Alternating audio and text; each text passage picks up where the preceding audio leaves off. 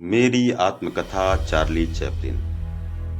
मेरा जन्म ईस्ट लेन, वेलवर्थ में 16 अप्रैल 1889 को हुआ था। माँ वैरायटी स्टेज की कलाकृति थी। वे रोज रात को मुझे और मुझसे 4 बड़े भाई सिडनी को नौकरानी के हवाले छोड़ थिएटर जाया करती थी। सिडनी हाथ की सफाई के करतब दिखा सकता था और सिक्का निगल कर सिर के पीछे से निकाल कर दिखा सकता था। 3.5 बरस की उम्र में मैं भी वही सब करना चाहता था, इसलिए अधपेनी का एक सिक्का मैं भी निगल गया और मजबूरन माँ को डॉक्टर खुद बुलाना पड़ा। माँ रविवार को अच्छे कपड़े पहनाकर घुमाने ले जाती। इस तरह के मौके आत्मतुष्टि के अवसर होते। जब हम केनिंगटन रोड पर इतराते फिरते, घोड़े, जूती, ट्रामे खरामा खरामा चलती।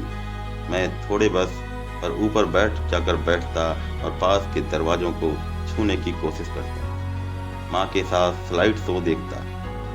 लैपटॉप में मुस्कुराती औरतों का जीवित सिर देखना और फिर म्यूजिक हॉल जाकर पिता का अभिनय देखना सब कुछ रोमांचित करता। सिडनी जब माँ के पुराने रेशमी जैकेट से काट छांट कर बनाया कोट पहन और माँ के ऊंची हील के सैंडलों को काट छांट कर बनाए गए जूते पहनकर स्कूल जाता तो बहुत झगड़े होते।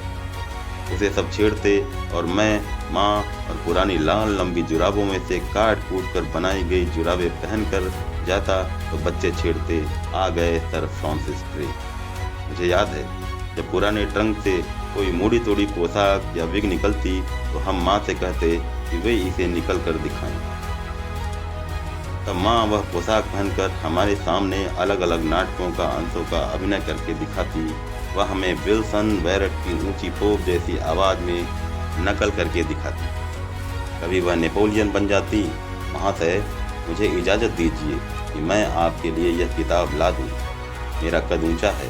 कभी माँ ग्लेन ग्लिन बन जाती, इस बच्ची को कोई नाम दो वरना मैं इसे जमीन पर पटक दूंगी। और सम्राट चार्ल्स हड़बड़ी में सहमत हो जाते, ठीक है। द ड्यूक ऑफ अल्नांस। माँ यीशु मसीह की दर्दनाक जिंदगी के प्रसंगों का अभिनय करके दिखाती तो हम दोनों भाई रो पड़ते। माँ ने मुझे इतना भाव विवल कर दिया कि मैं उसी रात मर जाना और यीशु से मिलना चाहता था।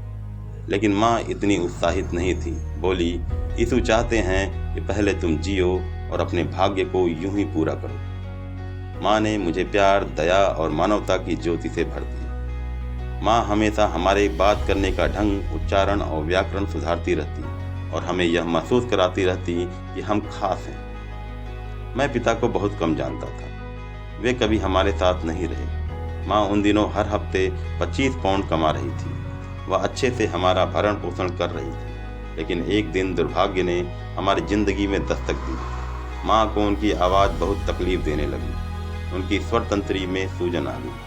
अचानक स्टेज पर गाते गाते उनकी आवाज़ भर्रा जाती, फुसफुसाहट में बदल जाती। तब श्रोता पहले तो ठहाके लगाने लगते, फिर जोर जोर से चिल्लाना शुरू करते। धीरे धीरे थिएटर से बुलावे आने कम हो गए और एक दिन ऐसा भी आया कि बिल्कुल ही बंद हो गए। यही कारण था कि मुझे 5 बरस की उम्र में पहली बार स्टेज पर उतरना पड़ा। माँ उस समय canteen at the Elder sort में काम कर रही थी। वह एक गंदा चलता हुआ थिएटर था जो ज़्यादातर फौजियों के लिए खेल दिखाता था। वे लोग उजड़ किस्म के लोग होते थे और जल्दी ही ओछी हरकतों पर उतर आते थे। मुझे याद है मैं उस समय विंग्स में खड़ा हुआ था जब पहले तो माँ का आवाज़ फटी और फिर फुसफुसाहट में बदल गई। श्रोता कुत्ता बिल्लियों की आवाज़ें निकालने लगे। मजबूरन माँ को स्टेज छोड़ना पड़ा। जब वे विंग्स में आईं तो बुरी तरह से व्यथित थीं और स्टेज मैनेजर से बहस कर रही थी। स्टेज मैनेजर ने मुझे माँ की सखियों के आगे अभिनय करते देखा था। वह शायद माँ से यह कह रहा था कि उनके स्थान पर मुझे स्टेज पर भेज दे। और उसी हड़बड़ाहट में उसने मुझे एक हाथ से थामा और स्टेज पर ले गया। उसने 2-4 शब्दों में मेरा परिचय दिया और स्टेज पर अकेला छोड़कर चला गया।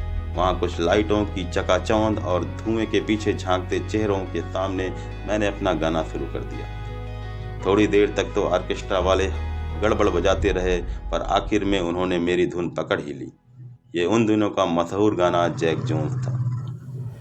अभी मैंने आधा गीत ही गाया था कि स्टेज पर सिक्कों की बरसात होने लगी। मैंने तत्काल घोषणा कर दी कि मैं पहले पैसे बटोरूंगा, उसके बाद ही गाना गाऊंगा। इस बार और अधिक ठहाके लगे। स्टेज मैनेजर एक रुमाल लेकर स्टेज पर आया और सिक्के बटोरने में मेरी मदद करने लगा। मुझे लगा वह सिक्का अपने पास रखना चाहता है। मैंने वह बात दर्शकों तक पहुंचा दी तो ठहाकों का जो दौरा पड़ा वह थमने का नाम ही न ले। खास तौर पर जब वह रुमाल लिए बगैर विंग्स में जाने लगा और मैं चिंतातुर उसके पीछे पीछे लपका। जब तक उसने पोटली माँ को नहीं थमा दी, मैं स्टेज पर वापस नहीं आया। अब मैं बिल्कुल ही सहज था। मैं दर्शकों से बातें करता रहा। मैं नाचा और मैंने तरह तरह की नकल करके दिखाई। मैंने माँ के आयरिश मार्च थीम की भी नकल करके दिखाई। रीले रीले, बच्चे को बहकाते रीले, रीले रीले, मैं वो बच्चा जिसे बहकाते रीले। वो बड़ी या सेना छोटी, नहीं कोई इतना दुबला और साफ, करते अच्छे सार्जेंट रीले। और कोरस को दोहराते हुए मैं अपने भोलेपन में माँ की आवाज़ के फटने की भी नकल कर बैठा। मैं हैरान था कि दर्शक बहुत खुश थे। और इसके बाद सिक्कों की बौछार, और जब माँ मुझे स्टेज से लेने के लिए आई तो उनकी मौजूदगी पर लोगों ने जमकर तालियां बजाई। उस रात मैं अपनी ज़िंदगी में पहली बार स्टेज पर उतरा था और माँ आखिरी बार।